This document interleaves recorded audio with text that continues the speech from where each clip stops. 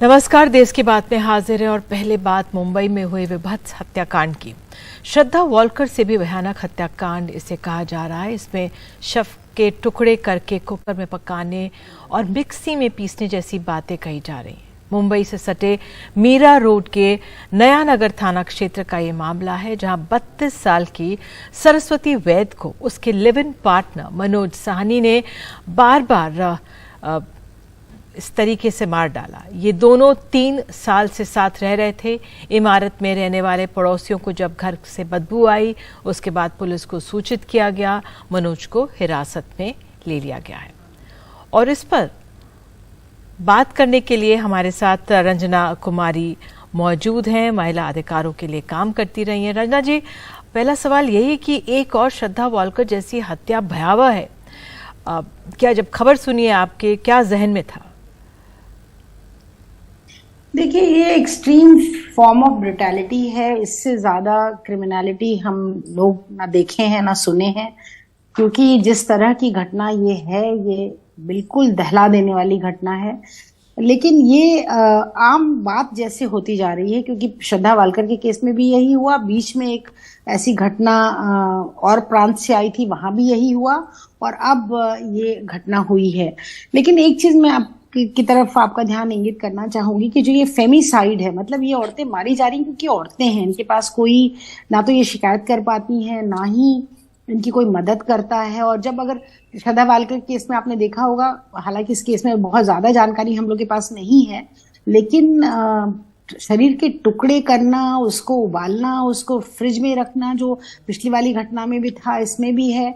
ये पता नहीं कौन सी राक्षसी प्रवृत्ति, भी मैं नहीं कहूंगी किस तरह की प्रवृत्ति के लोगों के साथ इस तरह की फेमिसाइड हो रही है। देश के अंदर महिलाओं की हत्या महिला होने के नाते बढ़ती जा रही है। ये क्या दर्शा रहा है हमारे समाज में? क्या कैसा बदलाव आ गया है? क्या आंकलन आपका? देखिए, मेरी 2 चीजें मैं कहना चाहूंगी। पहली बात तो ये कि जो इस तरह की घटनाएं हैं, इसकी निंदा इस बात से हो या इस पर तत्काल पुलिस इन्वेस्टिगेशन करके तत्काल सजा हो, इस बात पर हो कि ये महिलाओं पर हो रहा अत्याचार है, ना कि किसी धर्म या जाति विशिष्ट के लोग कर रहे हैं। क्योंकि अभी तक जो पॉइंट था वो डिफ्लेक्ट करने का था और अक्सर इसको लव जिहाद के नाम पर बाकी समाज के मर्दों को छोड़ा जा रहा था, जो कि घर के अंदर दिन रात इस तरह की हिंसा करते हैं महिलाओं पर।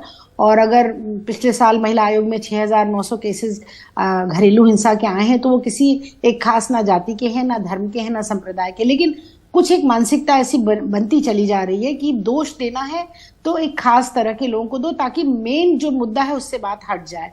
और दूसरी बात यह है कि अभी तक श्रद्धा वाल्कर के केस में भी बात बहुत ज्यादा आगे नहीं बढ़ी है। और जब तक हम क्राइम को पनिश करने के लिए पूरी तरह से कमिटेड नहीं दिखाई देंगे, समाज के तौर पर, सरकार के तौर पर, पुलिस के तौर पर, तब तक फिर ऐसा लगता है कि कहीं ना कहीं इम्प्यूनिटी बढ़ रही है। और तीसरी बात मैं कहूंगी कि जो एक्सट्रीम ये जो मानसिक पीड़ित लोग भी हैं और जिस तरह की घटनाएं हो रही हैं, ये कोई नॉर्मल क्राइम नहीं है, ये कोई क्राइम ऐसा नहीं है। तो इसके पीछे जाके और बहुत गहराई से रिसर्च की जरूरत है, सोच की जरूरत है। क्योंकि हम सामाजिक तौर पर तो आपको कह सकते हैं कि इस तरह के औरत मर्द के रिश्तों में ऐसी बातें आ रही हैं और शादी में आ रही है, लेकिन इसकी गहराई में जाने की क्या जरूरत है? जी, तो इससे तो रंजना जी एक तरह से एक बार फिर श्रद्धा के बाद लिव इन पर ही सवाल उठ रहे हैं। देखिए निधि, ये तो फिर वही वाली बात हो गई कि हम कहें कि लिव इन, किसी भी तरह की रिलेशनशिप में बातें हो सकती हैं।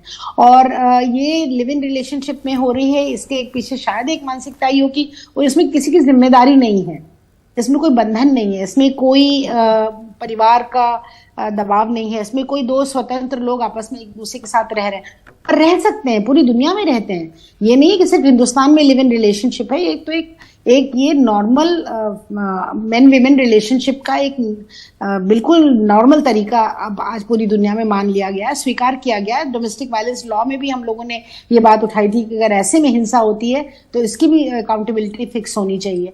तो ये बात नहीं कि सिर्फ लिव इन रिलेशनशिप में हो रहा है, लेकिन दुर्भाग्य की बात है कि दोनों घटनाएं लिव इन रिलेशनशिप में ही हुई हैं। और इन महिलाओं पर किस तरह का दबाव होता है, शायद ये परिवार में जा नहीं पाती हैं वापस, इसलिए भी स्वीकृति उन्हें परिवार की नहीं मिली होती ऐसे रिश्ते के लिए, और साथ ही में ना पुरुष के परिवार की तरफ से इनको कोई सहयोग मिलता है। तो कुल मिलकर के बिल्कुल एक अकेलापन, आइसोलेशन, वो भी एक कारण हो सकता है। लेकिन मैं ये नहीं कहूंगी कि सारे लिव इन रिलेशनशिप में इस तरह की घटनाएं हो रही हैं या आने वाले समय में होंगी। ये जो नॉर्मल शादी होती है इसमें एक तरह से समाज की मोहर लग जाती है और उससे शायद वो सिक्योरिटी मानी जाए, लेकिन कैसे लगाम लगे ऐसे मामलों पर? अब श्रद्धा वॉल्कर मामले में भी अभी तक वो चल ही रहा है। देखिए, मानसिकता जब तक ऐसी बनाई जाती रहेगी समाज के अंदर कि महिलाओं के मुद्दे महत्वपूर्ण नहीं है, चाहे वो रेसलर 3 महीने से सड़कों पर इस गर्मी धूप में इस आंच में बैठी हो, चाहे वो परिवार के अंदर हो रही हिंसा हो रही, उनको न्याय न मिल रहा हो, चाहे श्रद्धा वालकर के केस में अभी तक कुछ नहीं हुआ। और दोषित कौन साबित किया जाता है? कटघरे में आप महिला को ही खड़ा करते हैं, उसकी ही गलती, उसको ही मंथरा और पता नहीं क्या क्या कहते हैं। तो ये जो मानसिकता, एक तरफ इस मानसिकता की हवा जैसी चल गई है जिसमें कि सारी औरतों को ही दोषित किया जाए और न्याय की कहीं कोई जगह दिखाई नहीं दे रही है। तो ऐसे में एक असहाय स्थिति भी है।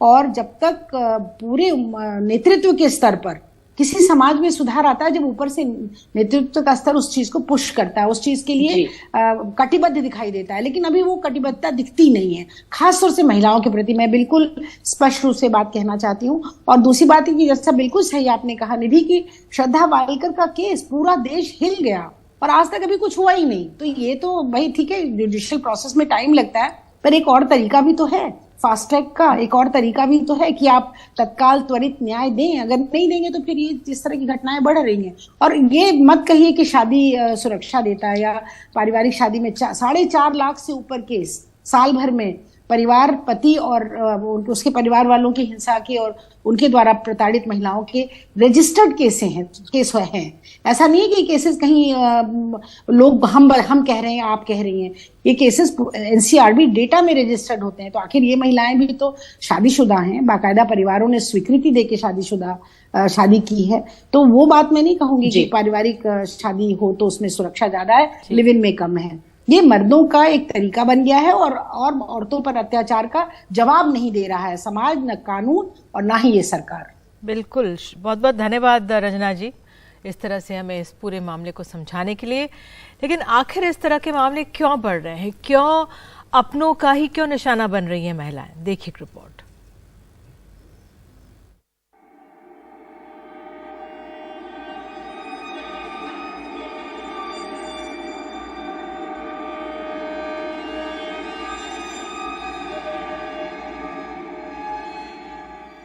मुंबई में एक 32 साल की महिला को मारकर उसके 20 टुकड़े कर दिए गए।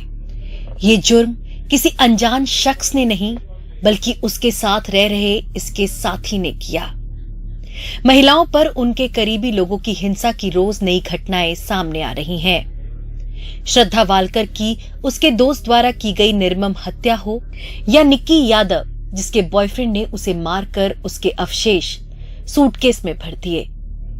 दिल्ली की एक मसरूफ बस्ती में 16 साल की लड़की के कथित प्रेमी ने उसकी चाकू मारकर हत्या की हो, या मुंबई का ये ताजा वाकया, इन सभी मामलों में एक चीज समान है कि सभी उनके साथियों ने आपे से बाहर होकर या लड़ाई के बाद या फिर जलन के मारे अंजाम दिए। हालांकि महिलाओं के खिलाफ ये अपराध नए नहीं हैं। प्रशासन का कहना है कि ऐसे मामले बढ़ते जा रहे हैं, जिनमें अपराधी ऐसे पुरुष हैं जो इन महिलाओं को जानते थे, बल्कि वो महिलाएं उन पर भरोसा करती थीं।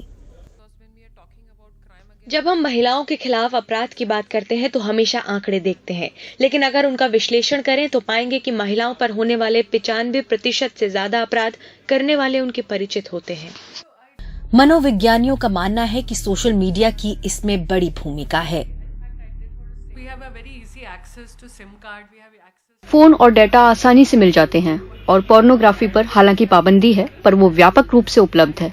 पुरुष पॉर्न देखते हैं और महिलाओं को वस्तु की तरह देखते हैं, त्वरित सुख ढूंढते हैं। पुरुष अपनी सोचने की क्षमता का इस्तेमाल करके दीर्घकालिक परिणामों के बारे में नहीं सोचते। वैसे तो पोर्नोग्राफी देखने पर भारत में पाबंदी है, जिससे ये पता लगाना मुश्किल हो जाता है कि भारत में कितना पोर्न देखा जाता है। 2017 में एक प्रमुख पोर्नोग्राफी साइट ने अपनी रिपोर्ट में बताया था कि पोर्न की खपत में भारत का दुनिया में तीसरा नंबर है। कई अन्य रिपोर्ट ज्यादा पोर्न देखने और हिंसक व्यवहार के बीच सीधा संबंध बता चुकी हैं। ये कैसे पता किया जाए कि आप खतरे में हैं? विशेषज्ञों का मानना है कि खतरे की घंटी पहचानना बहुत मुश्किल है, खासकर तब जब किसी महिला को लगता है कि वो सुरक्षित स्थान पर है। जब आपकी अपने किसी चाहने वाले से समस्या होती है, खासकर जब आप उनके बारे में जानते हैं, तो इंसानी फितरत है कि आप सोचें, चलो इसे सुधरने का एक और मौका दे दें। हिंसक लोग अक्सर फौरन ही माफी मांगकर सुधरने का वादा करते हैं। इसीलिए समाज से मैं ये कहूंगी कि कभी किसी महिला से ये ना पूछे कि उसने साथ छोड़ा क्यों नहीं। मनदीप कौर की मौत अमेरिका में आत्महत्या के जरिए हुई। बरसों तक वो अपने पति की हिंसा झेलती रही। समाज के दबाव के कारण कोई संकेत भी नहीं दिए कि हालात इतने खराब हैं। जैसे कि मनदीप को यही सोचती मर गई कि लोग क्या कहेंगे अगर मैं कुछ भी डिवोर्स वगैरह करती हूँ, लोग मेरे पे उंगलियां उठाएंगे, मेरी इज्जत खराब होगी। अपनी इज्जत बचाते बचाते और अपने बच्चों के बारे में सोचते सोचते उसने सुसाइड कर लिया। हर लड़की को जन्म से बताया जाता है कि अनजान मर्दों से सतर्क रहे, लेकिन ये कोई नहीं बताता कि पति और प्रेमी से भी बचने की जरूरत है।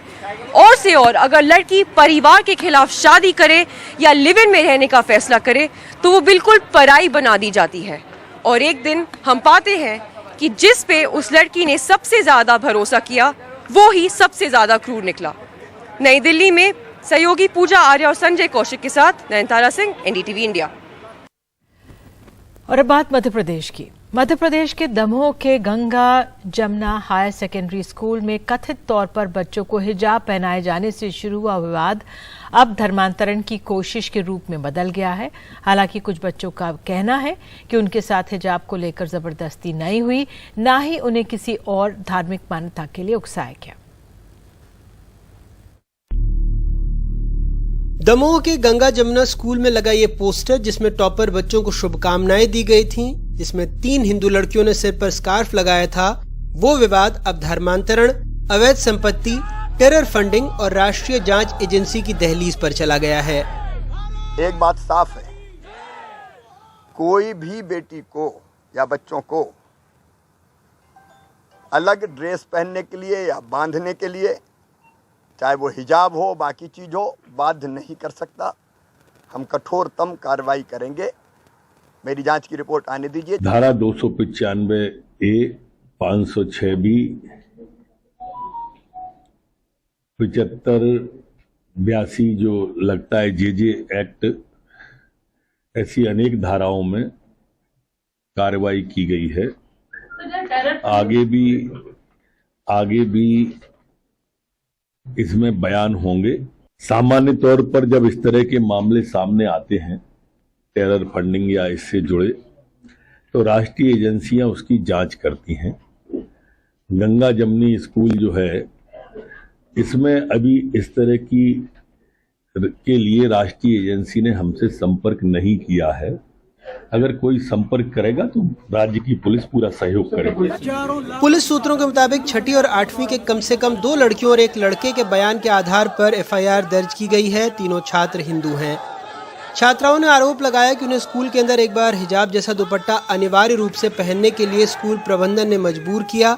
छात्र ने कहा कि उसे कलावा हटाने और तिलक मिटाने के लिए मजबूर किया गया। साथ ही उन्हें सुबह की प्रार्थना में अल्लामा इकबाल की कविता लब पे आती है दुआ बन के तमन्ना गाने के लिए मजबूर किया गया। वो लोग ज्यादा अरबी और उर्दू से खाते थे, इसलिए सब बच्चे क्या करते थे, वो इंग्लिश और हिंदी भूलने लगे थे। क्या नमाज पढ़ाते थे वो वहाँ पे नमाज पढ़ाते थे बिस्मिल्लाह इल्लल्लाहु रसूलुल्लाह। हिंदू बच्चा मरे या मुसलमान बच्चा, लेकिन वो लोग यही कहते थे ये जन्म में जाएगा, अल्लाह से दुआ करो। बिस्मिल्लाहिर्रहमानिर्रहीम अल्हम्दुलिल्लाहि रब्बिल आलमीन, इस तरह की नमाज पढ़ाई जाती थी। और स्कूल में अगर जैसे मान लो किसी पे नमाज नहीं बनती थी, पढ़ते, तो क्या करते थे? सर मारते थे। क्या, किस चीज से मारते थे? सर स्टिक से। हालांकि एनडीटीवी से बातचीत में कुछ बच्चों ने कहा था कि उनके साथ कभी जबरदस्ती नहीं की गई। वो स्कार्फ है, वो लगा के जाती है, वो ड्रेस कोड भी है उनका, ड्रेस के साथ देते भी हैं वो। तो कभी जोर जबरदस्ती नहीं, वो इसलिए कभी जोर जबरदस्ती नहीं की है, और कभी लगा के नहीं जाती तो वो कभी ये नहीं कहते क्यों नहीं लगा के आती। स्कूल का कोड है एक सलवार सूट और स्कार्फ, हमें कभी जबरदस्ती नहीं की गई उसको लगाने के लिए। हैरत की बात यह है कि अल्लामा इकबाल की जिस कविता पर एतराज जताया गया है वो खुद मध्य प्रदेश स्कूली शिक्षा के पाठ्यक्रम का हिस्सा है। उर्दू की 5वीं क्लास की किताब में इसे पढ़ाया जाता है। यही नहीं, स्कूल पर यह भी आरोप लगे कि उन्होंने 3 शिक्षिकाओं का धर्म परिवर्तन कराया। वो बाकायदा कलेक्टरेट आईं, बताया कि स्कूल में पढ़ाने से सालों पहले वो धर्म परिवर्तन कर चुकी थीं। मेरी शादी 2013 में हुई थी। मैंने 2013 में अपनी स्वेच्छा से धर्म परिवर्तन किया था और मैंने स्कूल में ज्वाइनिंग 2021 में दी है, तो पूरा 8 साल का फ़र्क है। तो इसमें हाजी सर का कोई कहीं से कहीं लेना देना नहीं है। और पेपर में भी आ रहा है कि बाल विकास कल्याण समिति ने इंस्पेक्शन किया है और मैंने बयान दिया है। इससे पहले मैंने कोई बयान नहीं दिया है। और यहाँ तक कि मेरा नाम पूरा अनीता यदुवंशी लिखती थी मैं पहले, शादी से पहले अनीता यादव लिखते हैं, तो आपने क्या इंस्पेक्शन किया है? कोर्ट मैरिज मेरी 25/6/2000 को हुई थी और जो इस्लाम के तरीके से जो निकाह होता है वो मेरा 2021 में हुआ था। 2001 में हुआ था। उसके पूर्व आपका नाम क्या? मैं उसके पूर्व मेरा नाम दीप्ति श्रीवास्तव है। मेरा जो निकाह 2001 में हो चुका था और जो मेरी ज्वाइनिंग है वो 2010 में हुई, तो 10 साल का बीच में डिफरेंस है। तो ये चीज़ तो दूर दूर तक वैसे ही साबित हो रही है कि ये चीज़ है ही नहीं। अभी तबस्सुम बानो।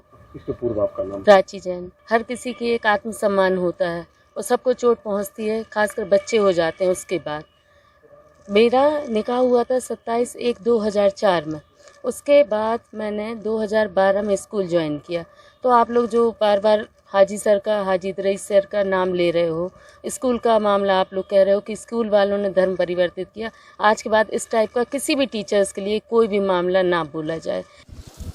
इन आरोपों के अलावा कहा जा रहा है कि स्कूल में तेंदुपत्ता का भंडारण होता था, क्योंकि संचालकों के पास गंगा जमुना बीड़ी कंपनी 352 है। राज्य स्तर पर तेंदुपत्ता के काम हैं, कपड़ा, हार्डवेयर, रेत खनन जैसे काम हैं। कई एकड़ जमीन है, दूसरे देशों में दाल का कारोबार है। हालांकि इसमें गैर कानूनी क्या है इसकी जांच चल ही रही है। इस बीच जिस जिला शिक्षा अधिकारी ने पहले स्कूल को क्लीन चिट दी थी, उनके चेहरे पर 2 दिनों पहले स्याही पोती गई। स्याही पोतने वालों पर भी मामला दर्ज हो गया है।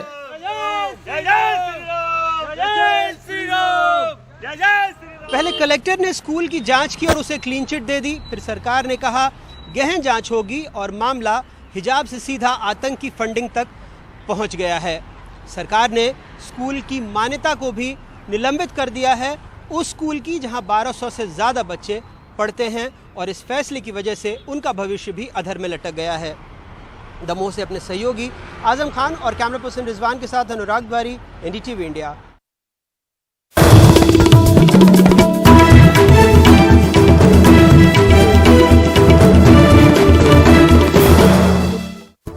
देश की बात में बात राजस्थान की। राजस्थान में चुनाव से पहले नेता सचिन पायलट और अशोक गहलोत को लेकर राजनीतिक गलियारों में चर्चाएं और तेज हो गई हैं।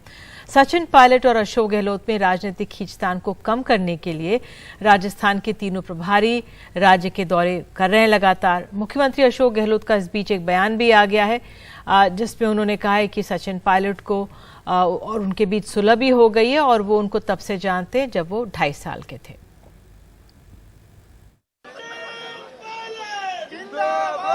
सचिन पायलट के 11 तारीख के कार्यक्रम को लेकर राजस्थान में राजनीतिक तापमान बढ़ रहा है। कांग्रेस के अंदरूनी कलह को आलाकमान विधानसभा चुनाव से पहले सुलझाना चाहती है और राजस्थान के तीनों प्रभारी राज्य का दौरा कर रहे हैं। आज भी मुख्यमंत्री अशोक गहलोत से लंबे समय तक मीटिंग चली। देखिए, हमने 4 घंटे बैठकर अलग अलग बात राहुल जी और खड़गे जी और वेणुगोपाल जी ने के साथ बात की है और दोनों की जो बातें थी उनको बड़े ध्यान से और प्यार से सुना गया और दोनों को कहा गया कि आप इकट्ठे मिलकर कांग्रेस के एसेट हैं, दोनों मिलकर काम करेंगे और दोनों ने कहा कि हम दोनों मिलकर काम करेंगे। कांग्रेस के लिए सबसे बड़ी चुनौती सचिन पायलट के 11 जून के कार्यक्रम को लेकर है। इसी दिन सचिन पायलट के पिताजी राजेश पायलट की पुण्यतिथि भी है और पायलट राजनीति से जुड़ी कोई बड़ी घोषणा कर सकते हैं। तो सचिन पायलट नई पार्टी बनाने जा रहे थे 11 जून। मैं आपसे सुन रहा हूं, तो मेरा ख्याल ऐसी कोई बात नहीं है, ना ही उनकी पहले मन था ना ही अब मन है उनका। वहीं सचिन पायलट गुट के विधायकों का कहना है कि वसुंधरा राजे के कार्यकाल में हुए घोटाले युवाओं के मुद्दे को लेकर वो अड़े हुए हैं।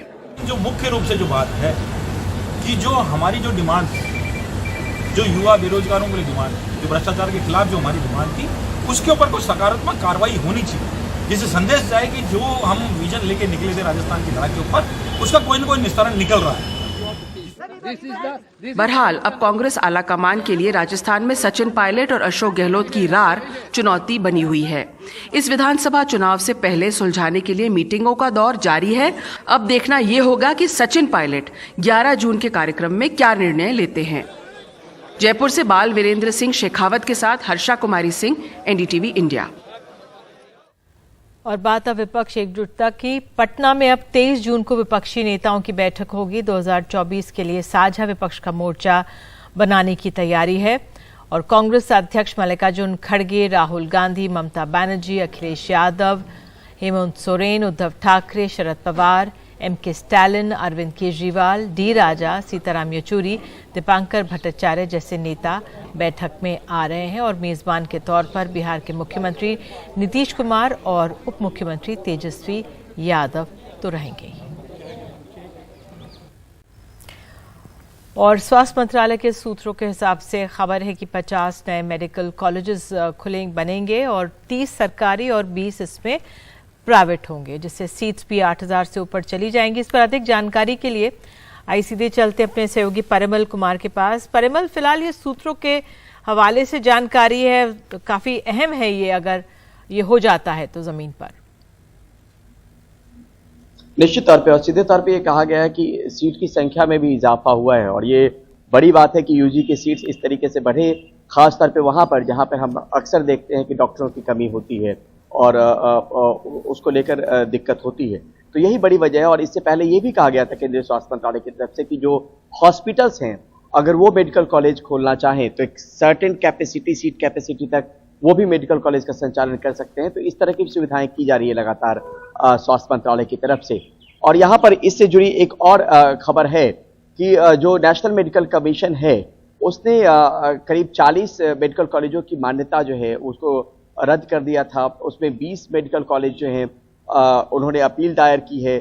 6 की अपील, जो सेकेंड अपील होती है, वो केंद्रीय स्वास्थ्य मंत्रालय के पास पहुंचती है, जब फर्स्ट अपील में उनको सेटिस्फैक्ट्री आंसर नहीं मिल पाता है नेशनल मेडिकल कमीशन की तरफ से। और इसमें 9 मेडिकल कॉलेजेस को एनएमसी ने सीट घटाने को भी कहा है, क्योंकि उनके पास उतने इक्विपमेंट नहीं है जितने में उतने बच्चों को पढ़ाया जा सके जितने बच्चों को वो अब तक वो डिग्री दिलवा रहे थे या पढ़ा रहे थे। तो ये तमाम चीजें एक वॉर स्केल पे कोशिश की जा रही है कि सीटें भी बढ़ाई जा सके और जहां कहीं पे कमी है, कमी को दुरुस्त करने को लेकर सख्ती भी बढ़ती जाए। बिल्कुल, बहुत बहुत धन्यवाद परिमल इस जानकारी के लिए। तो मेडिकल की जो उम्मीद रखते हैं छात्र, अब सीट बढ़ जाएंगी उनकी।